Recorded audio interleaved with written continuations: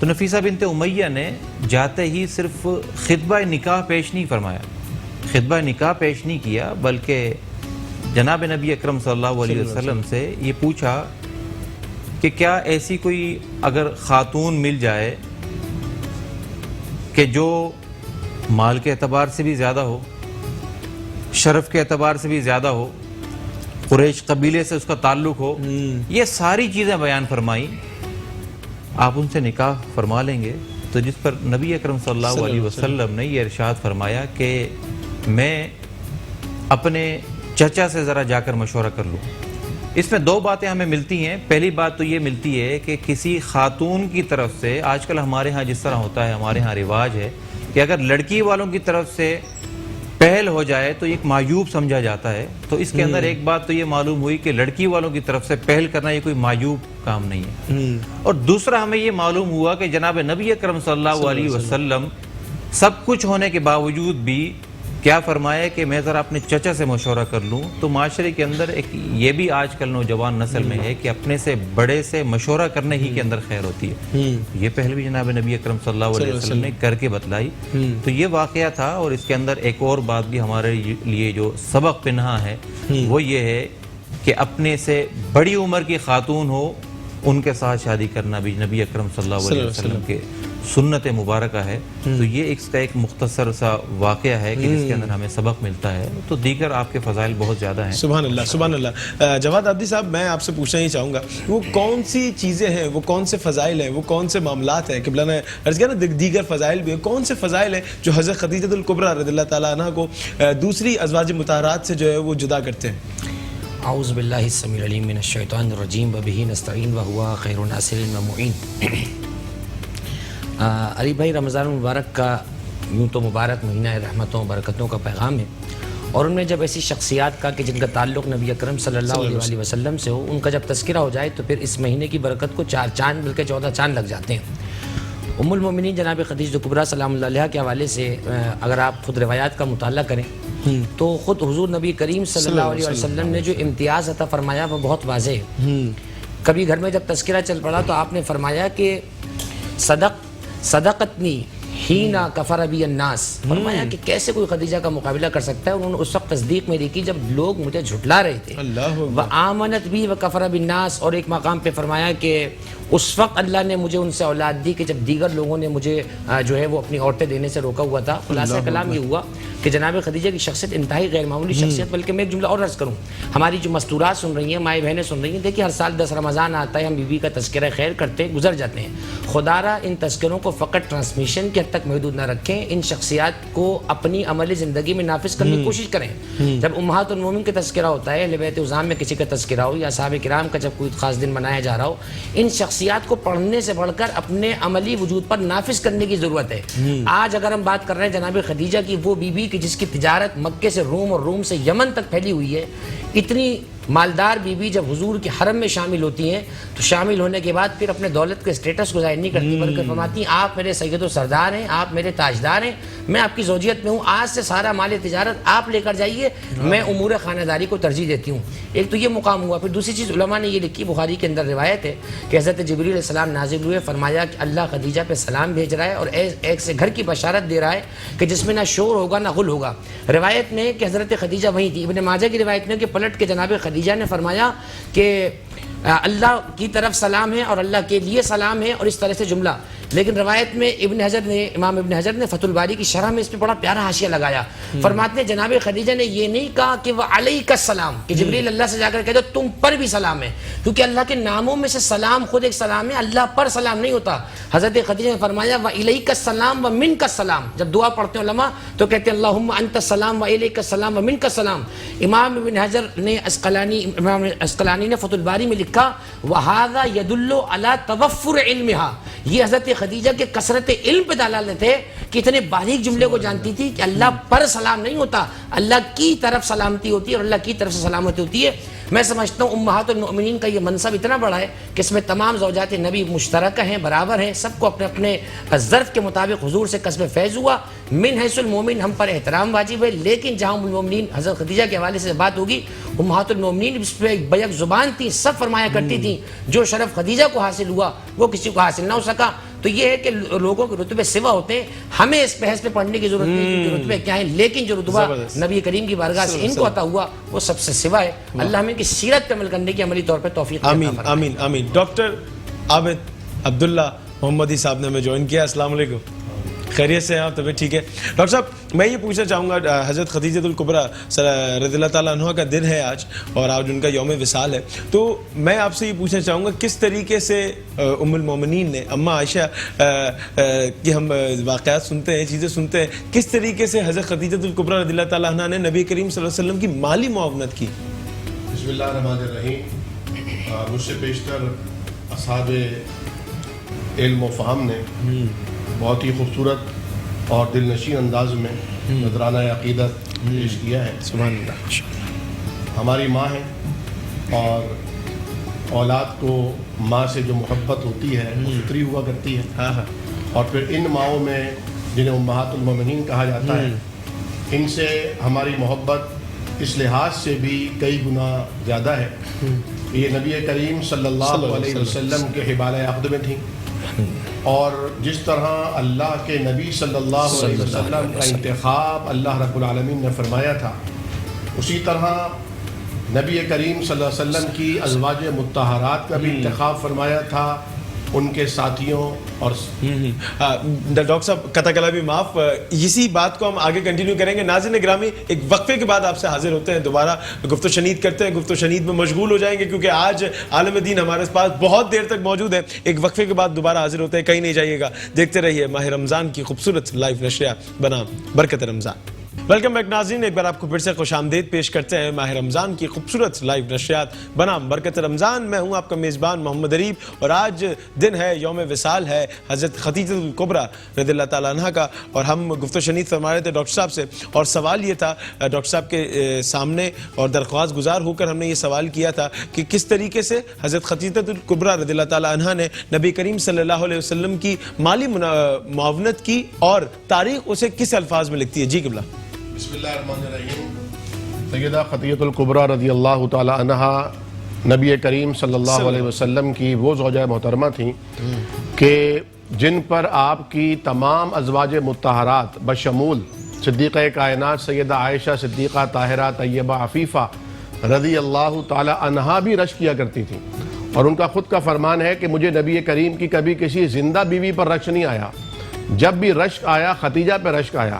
جب کبھی آپ کوئی قربانی کرتے, کوئی جانور ذبح کرتے, آپ فرماتے کہ یہ گوشت سب سے پہلے خدیجہ کی سہیلیوں کو دے کر آؤ. آپ فرماتے آج خدیجہ ہوتی تو کتنی خوش ہوتی. کبھی کوئی موقع ہوتا آپ فرماتے خدیجہ ایسے موقع پر یہ کہا کرتی تھی. تو حضرت اماں عائشہ نے ایک دفعہ کہہ دیا, خود فرماتی ہیں, کہا کہ آپ کو خدیجہ کے علاوہ اور کوئی اور عورت تھی نہیں کیا دنیا میں؟ اللہ کے حبیب صلی اللہ علیہ وسلم کا چہرہ پر نور غصے سے سرخ ہو گیا. اماں عائشہ سمجھ گئیں کہ خدیجہ کے بارے میں اب میں آئندہ کبھی کچھ نہیں کہوں گی. آپ نے فرمایا خدیجہ جس وقت ساری کائنات مجھے جھٹلا رہی تھی, اکیلی خدیجہ تھی جو میری تصدیق کر رہی تھی. اور وہ پہلی رات جس رات میں نبی کریم صلی اللہ علیہ وسلم خدیجہ رضی اللہ تعالی عنہ کے سرتاج سے کائنات کے تاجدار بنا دیے گئے, جب حضرت خدیجہ کی خدمت میں حاضر ہوئے. اور علماء کرام اور مورخین اس بات پر ذکر خیر فرماتے ہیں کہ عورتوں میں سب سے پہلے خدیجہ رضی اللہ تعالیٰ عنہ ایمان لائیں, لیکن میں بصد احترام یہ کہا کرتا ہوں مردوں اور عورتوں میں سب سے پہلے اگر کسی کو ایمان کی دولت ملی تو ہماری ماں سیدہ خدیجہ رضی اللہ تعالیٰ عنہ تھی, کیونکہ حضور نے سب سے پہلے ان کی خدمت میں ان کے پاس تشریف لا کر فرمایا تھا زملونی زملونی. اور آپ فرما رہے تھے لقد خشیت علی نفسی, مجھے اپنے بارے میں بڑا ڈر لگ رہا ہے, نہ جانے کیا ہو جائے گا. ایسا آج سے پہلے کبھی نہیں ہوا. کتنی راتیں ذوات الیال, کتنی راتیں گزاری ہیں غار حرا میں, لیکن کبھی ایسا نہیں ہوا. اب نہ جانے کیا ہو جائے گا, مجھے اڑا اور کپ کپی تاری ہے, لرزہ تاری ہے. حضرت خدیجہ رضی اللہ تعالیٰ عنہ نے آپ کو فرمایا تھا کلا واللہ لا یخزیک اللہ ابدا, ہرگز نہیں, ایسا ممکن ہی نہیں ہے. اللہ کی قسم اللہ آپ کو کبھی ضائع نہیں کرے گا. کیوں؟ انک لتصل الرحم, آپ تو رشتوں کو جوڑتے ہیں. وتکسب المعدوم, آپ تو ان کے لیے کماتے ہیں جن کا کوئی کمانے والا نہیں ہوتا. بیواؤں کے گھر میں چولہے آپ کے دم سے جلتے ہیں, یتیم آپ کے دم سے کھانے کھاتے ہیں. اور آپ وہ ہیں جو تقرع الضیف مہمانوں کی آپ خاطرداری میں مشہور ہیں وَتُعِينُوا عَلَى نَوَائِبِ الْحَقِّ، جو حق پر کھڑا ہو کتنا ہی مظلوم اور تنہا کیوں نہ ہو آپ اس کی نصرت فرماتے ہیں، نصرت فرماتے ہیں، اللہ آپ کو کیسے ضائع فرمائے گا. تو یہ وجوہات تھیں. اور پھر حضرت خدیجہ رضی اللہ تعالیٰ عنہ ایک دفعہ حضرت آپ کی جو رضائی والدہ تھی حضور کریم صلی اللہ علیہ وسلم کی، وہ خدمت اقدس میں حاضر ہوئیں اور انہوں نے شکوہ کیا اپنی غربت کا. تو اللہ کے حبیب نے حضرت خدیجہ سے ذکر فرمایا. حضرت خدیجہ نے کہا یا رسول اللہ مجھ سے پوچھنے کی ضرورت کیا ہے؟ فوری طور پر 40 بکریاں اور جو ساز و سامان تھا وہ ان کے حوالے کر دیا. پھر غلاموں کو آزاد کرنے میں حضرت خدیجہ کا جو مال خرچ ہوا ہے، میں اس لیے کہا کرتا ہوں حضرت خدیجہ کا انتخاب حضور کریم تھے، لیکن حضور کریم کے لیے خدیجہ رب العالمین کا انتخاب تھیں. اور جتنی ازواج مطہرات ہیں، جتنی آپ کی اہل بیت ہیں، ذریت ہیں، اور جتنے آپ کے اصحاب ہیں جو ایمان پر فوت ہوئی ہے، سب کے سب اللہ رب العالمین کا انتخاب تھے. جس طرح اللہ اپنے نبی کا انتخاب کرتا ہے، نبی کے ساتھیوں کا بھی اللہ رب العالمین انتخاب فرماتا ہے. واہ سبحان اللہ سبحان اللہ. قبلہ میں آپ سے یہ پوچھنا چاہوں گا کہ حضرت نبی کریم صلی اللہ علیہ وسلم کی جو نسل کا جو سلسلہ چلا وہ حضرت خدیجہ سے چلا، تو کیا وجہ تھی اور ازواج مطہرات کو یہ شرف حاصل نہیں ہوا، یا کیا معاملات تھے، کیا چیزیں تھیں؟ ذرا گفت و شنید کیجیے گا. بسم اللہ الرحمن الرحیم. سب سے پہلے میں ایک بات واضح کر دوں، نبی جو ہوتا ہے اس کو ہر چیز کا علم ہوتا ہے، سبحان اللہ، کیا ہونے والا ہے اور کیا ہوگا. بے شک نبی کریم علیہ السلام کی ذات اقدس ہو، امہات المومنین ہوں، صحابہ ہوں، تو ہم نے الفاظ کا چناؤ بہت خوبصورت انداز میں کرنا ہے کیونکہ تمام ناظرین دیکھ رہے ہیں. نبی کو اپنے بارے میں سب معلوم ہوتا ہے. اب بعض لوگ یہ کہتے ہیں کہ جی آقا کریم علیہ السلام کو 40 سال کے بعد نبوت ملی. یہ جملہ غلط ہے. آقا کریم علیہ السلام نبی ہی نبی ہیں. آقا کریم علیہ السلام نے 40 سال کے بعد اعلان نبوت فرمایا. حضور نبی کریم علیہ السلام پر جب پہلی وحی نازل ہوئی تو حضور نبی کریم علیہ السلام غار حرا میں تشریف فرما ہے. اس کے بعد جب آپ گھر پر تشریف لے کر آتے ہیں تو اس کا سب سے پہلے ذکر حضرت ام المومنین حضرت سیدہ طیبہ خدیجہ الکبریٰ رضی اللہ تعالیٰ عنہ سے. آپ فرماتے ہیں ام المومنین حضرت خدیجہ الکبریٰ رضی اللہ تعالیٰ عنہ آقا کریم علیہ السلام کے اعلان نبوت سے پہلے ہی بہت سارے واقعات دیکھ چکی ہوتی ہیں.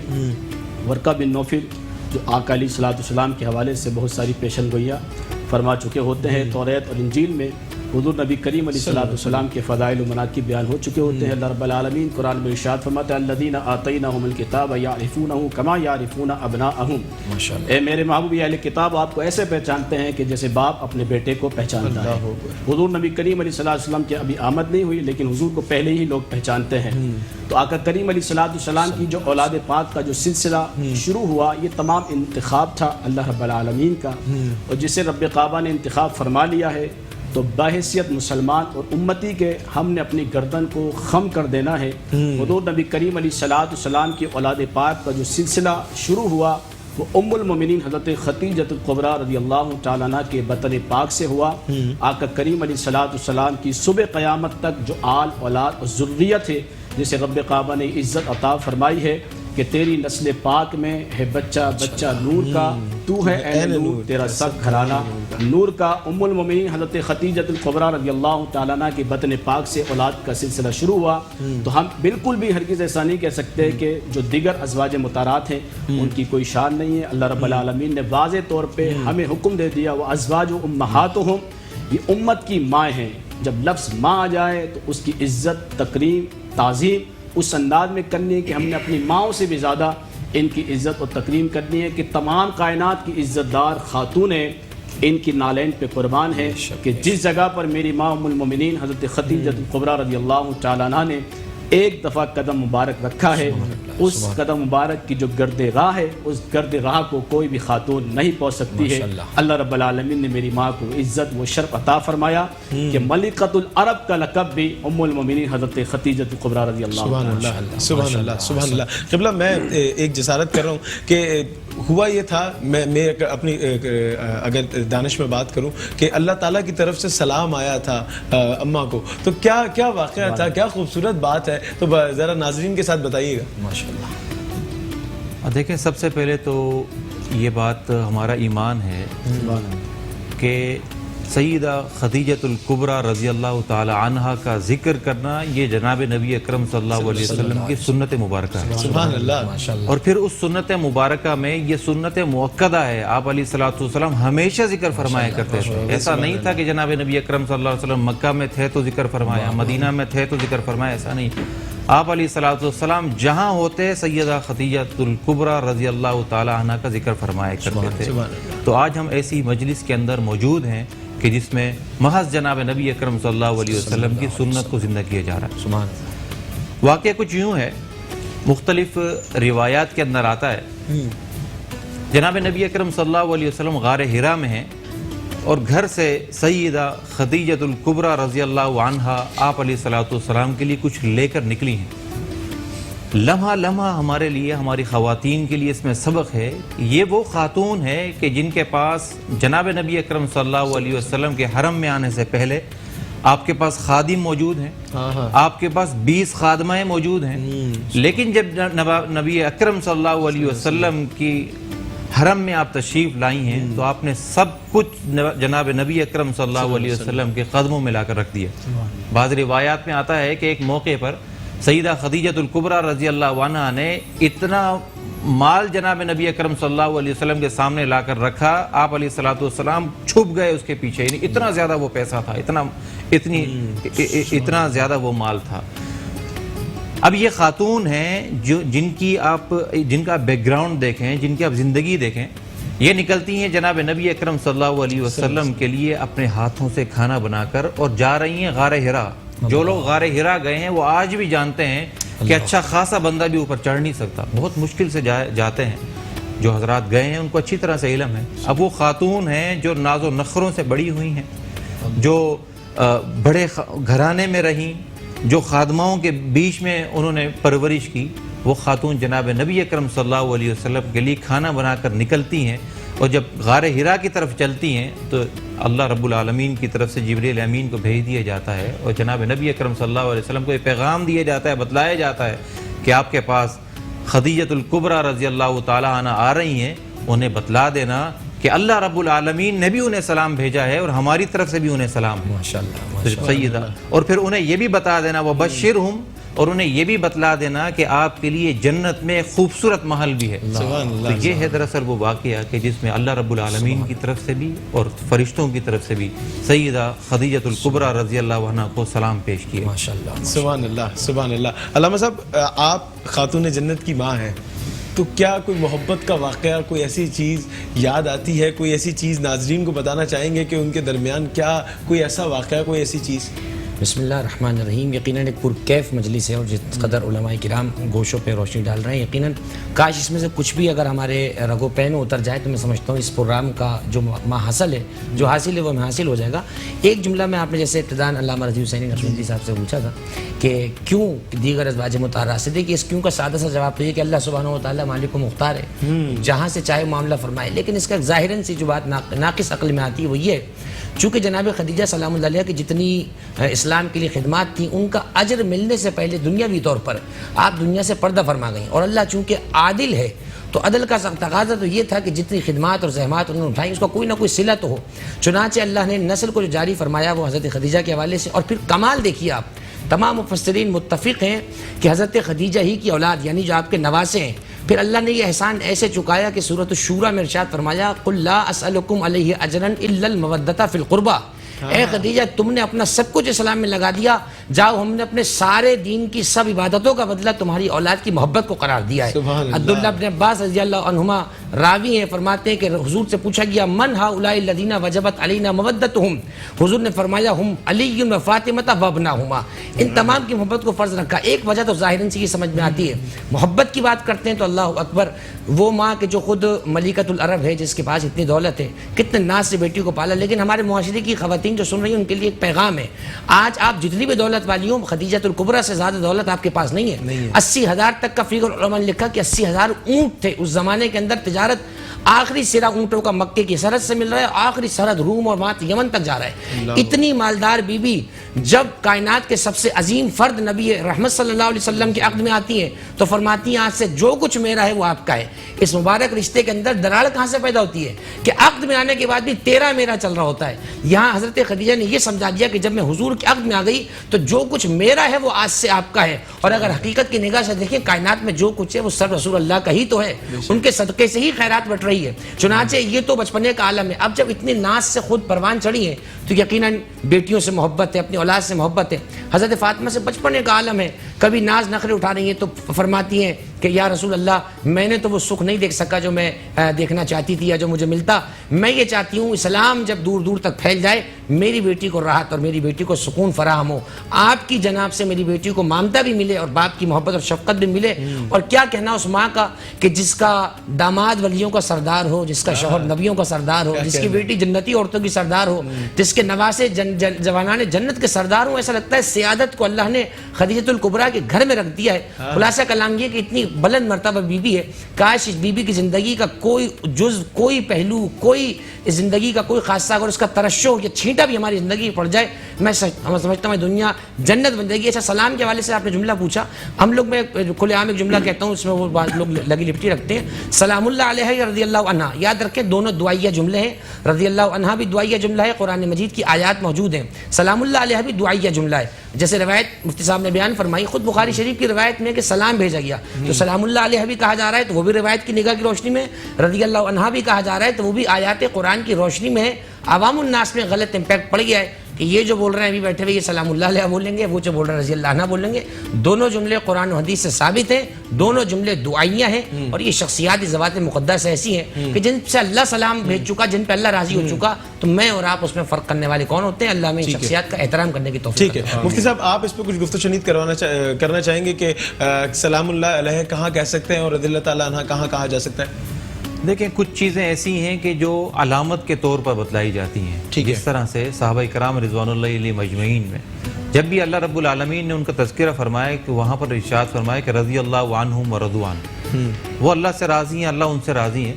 تو کچھ چیزیں ایسی ہیں کہ جو ان کو ایک علامت کے طور پر بتلایا جاتا ہے. جس طرح سے انبیاء کے ساتھ جب ہم تذکرہ کرتے ہیں تو انبیاء کے ساتھ علیہ السلام لگاتے ہیں. اسی طرح سے جب ہم صحابہ کا تذکرہ کرتے ہیں تو رضی اللہ عنہ لگاتے ہیں. اسی طرح سے جب ہم اپنے بڑوں کا, اکابر کا اور اولیاء کا تذکرہ کرتے ہیں تو ہم رحمہ اللہ لگاتے ہیں یا نور اللہ لگاتے ہیں یا قدسہ یہ لگاتے ہیں. تو اس طرح کے جو چیزیں یہ ہوتی علامت ہے, جیسے قبلہ نے ارشاد فرمایا کہ یہ چیزیں ایک دعائیہ جملے ہیں. اگر کسی نے مثال کے طور پر جس طرح سے بعض احناف کو ہم نے دیکھا کہ وہ امام اعظم ابو حنیفہ رحمۃ اللہ علیہ کے ساتھ رضی اللہ بھی لگاتے ہیں اور لکھتے ہیں, تو یہ دراصل ہیں دعائیہ جملے. لیکن بہتر یہ ہے کہ جو جملہ جس کے ساتھ معاشرے کے اندر خاص ہو جائے اس کو اسی طرح سے استعمال کیے جائے تاکہ اس کی اہمیت اسی طرح سے برقرار رہے. کل ایسا نہ ہو کہ ایک چیز اگر صحابہ کرام رضوان اللہ علیہ مجمعین کے ساتھ لگائی جاتی ہے یا انبیاء کے ساتھ لگائی جاتی ہے, وہ معاشرے کا کوئی بھی فرد پھر اپنے ساتھ وہ لگاتا پھرے. تو یہ ہیں تو بنیادی طور پر دعائیہ جملے ہیں, لیکن اس کی جو علامت ہے اس علامت کو برقرار رکھنے کے لیے یہ بات میں سمجھتا ہوں ضروری ہے کہ وہ جہاں پر جس جگہ پر ہیں, عربی کے اندر کہا جاتا ہے نا کہ وضع الشیء فی غیر محل ظلم, ویسے تو اس کا محل سارا ہے لیکن بنیادی طور پر جہاں پر وہ جس طرح سے ہیں اس کی اہمیت اسی طرح سے برقرار رکھیں. واہ, زبردست زبردست. ہاں, ایک کلام فاروق صاحب ہمارے ساتھ موجود ہیں, سید فاروق شاہ صاحب ایک کلام پیش کریں, اس کے بعد ناظرین گرامی کلام سے ہی وقفے پر جائیں گے اور اس کے بعد آپ سے دوبارہ گفتگو شنید کریں گے. جی. یاد آئی ہے اپنی خطائیں, یاد آئی ہے اپنی خطائیں, جب خدا کا خیال آ گیا ہے. یاد آئی ہے اپنی خطائیں, جب خدا کا خیال آ گیا ہے. میرے بے چین دل کو وہیں پر مصطفیٰ کا خیال آ گیا ہے. میرے بے چین دل کو وہیں پر مصطفیٰ کا خیال آ گیا ہے اور یوں رقیہ بھی ہے ہاجرہ بھی نیک خاتون ہے آسیہ بھی یوں رقیہ بھی ہے ہاجرہ بھی نیک خاتون ہے آسیہ بھی نیک خاتون ہے آسیہ بھی بات جب امہات کی آئی بات جب امہات کی آئی ختیجہ کا خیال آ گیا ہے بات جب امہات کی آئی ختیجہ کا خیال آ گیا ہے میرے بے چین دل کو وہیں پر مصطفیٰ کا خیال آ گیا ہے اور ظلم کا جبر کا سلسلہ تھا ایک طرف صبر کا سلسلہ تھا ظلم کا جبر کا سلسلہ تھا ایک طرف صبر کا سلسلہ تھا بات جب حق و باطل کی آئی بات جب حق و باطل کی آئی تو کربلا کا خیال آ گیا ہے بات جب حق و باطل کی آئی کربلا کا خیال آ گیا ہے میرے بے چین دل کو وہیں پر مصطفیٰ کا خیال آ گیا ہے